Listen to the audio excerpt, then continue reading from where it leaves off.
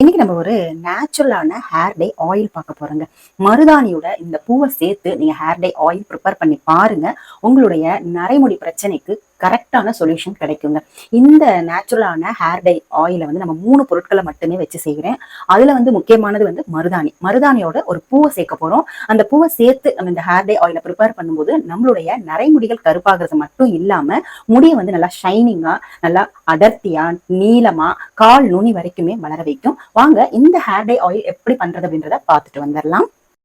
இப்போ இந்த hair dye oil prepare பண்றதுக்கு இரும்பு கடாய் எடுத்துக்கோங்க. இரும்பு கடாய் எடுத்து நம்ம ஹேர் டை ஆயில் ப்ரிப்பேர் பண்ணும்போது நம்மளுக்கு 100% வந்து சொல்யூஷன் கிடைக்கும். ஓகே, இப்போ வந்து நம்ம ஒரு இரும்பு கடாய் எடுத்து வச்சுட்டு ஃப்ளேமை வந்து சிம்மில் வச்சுக்கலாம்.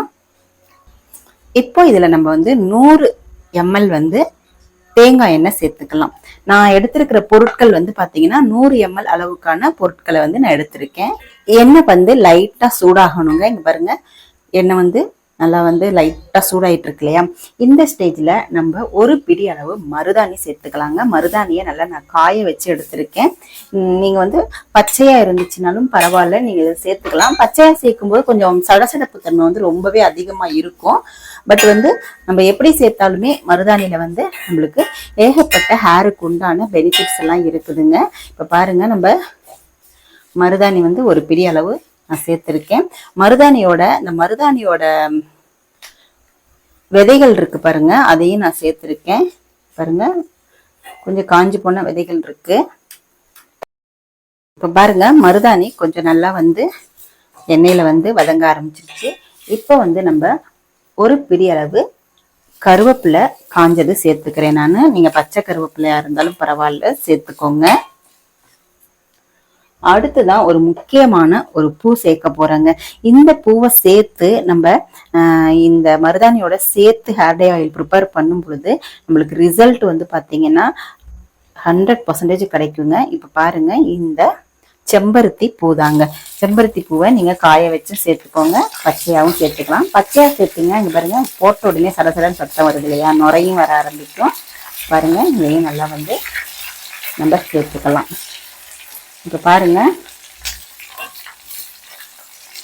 எல்லாத்தையும் போட்டு நல்லா மொறுன்னு இந்த இலைகள்லாம் வறுபடணும். அதுதான் பதம், கரெக்டான பதம். நம்ம சேர்த்துருக்கிற எண்ணெய் வந்து பார்த்தீங்கன்னா 100 ml தான். பொருட்களை வந்து நம்ம அதிக அளவில் சேர்த்துருப்போம். அப்போ வந்து உங்களுக்கு பெனிஃபிட்ஸும் உங்களுக்கு ஜாஸ்தி கிடைக்குங்க. பாருங்க, இந்த சடசடப்பெல்லாம் அடங்கிருச்சு, நல்லா புகை வர ஆரம்பிச்சிருச்சு. இப்போ நம்ம ஸ்டவ்வை வந்து ஆஃப் பண்ணிடலாம். இப்போ சூப்பராக நம்மளுக்கு ஹேர் டை ஆயில் வந்து ரெடியாக இருக்குதுங்க. நான் ஏன் ஹேர் டை ஆயில் அப்படின்னு சொல்கிறேன்னா, இது வந்து நம்மளுடைய நரைமுடிகளை நல்லா கருமையாக மாற்றி கொடுக்குங்க. மருதாணியோடைய இந்த ஒரு பூவை சேர்க்கும் போது நம்மளுடைய பெனிஃபிட்ஸ் வந்து ஜாஸ்தியே கிடைக்கும் ஹேருக்கு. இப்போ இது நல்லா ஆறட்டும். இந்த ஆயில் வந்து ஒரு நாள் நைட் பூரா இந்த இரும்பு கடாயில இருக்கட்டும். நம்ம மார்னிங் வந்து எடுத்து பார்க்கலாம் என்ன கலர்ல நம்மளுக்கு ஹேர் டை ஆயில் ரெடி ஆயிருக்கு அப்படின்னு. இதெல்லாம் நல்லா இதுல ஊறிக்கிட்டே இருக்கட்டுங்க.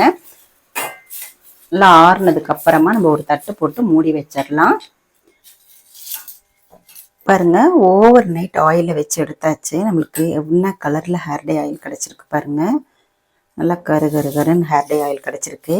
இந்த ஹேர் டை ஆயில் நம்மளுடைய வெள்ளை முடிகளையும் நல்ல கருன்னு ஆக்கி கொடுத்துருங்க. அதேமாதிரி நம்ம இளநரை இருக்கிறவங்களுக்கு இந்த ஹேர் டை ஆயில் வந்து ரொம்ப யூஸ்ஃபுல்லாக இருக்கும். மருதாணியோட நம்ம செம்பருத்தியை சேர்த்து இந்த ஹேர் டை ஆயிலை ப்ரிப்பேர் பண்ணி அப்ளை பண்ணிட்டு வந்தோம் அப்படின்னா நம்மளுடைய நரைமுடி பிரச்சனைக்கு 100% சொல்யூஷன் கிடைக்கும்.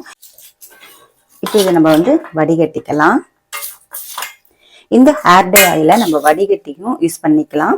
இல்லை இப்படியே நீங்க வந்து ஹேர் டை ஆயில் வச்சுட்டு தேவையான மட்டும் ஹேர் டை ஆயில வந்து ஒரு சில்வர் பவுல்ல மாத்திட்டு நீங்க வந்து அப்ளை பண்ணிக்கலாம். நான் டபுள் பாயில் மெத்தட்ல சூடு பண்ணிட்டு அதுக்கப்புறம் அப்ளை பண்ணிங்கன்னா இன்னுமே நல்ல ஒரு எஃபெக்ட் கிடைக்கும்.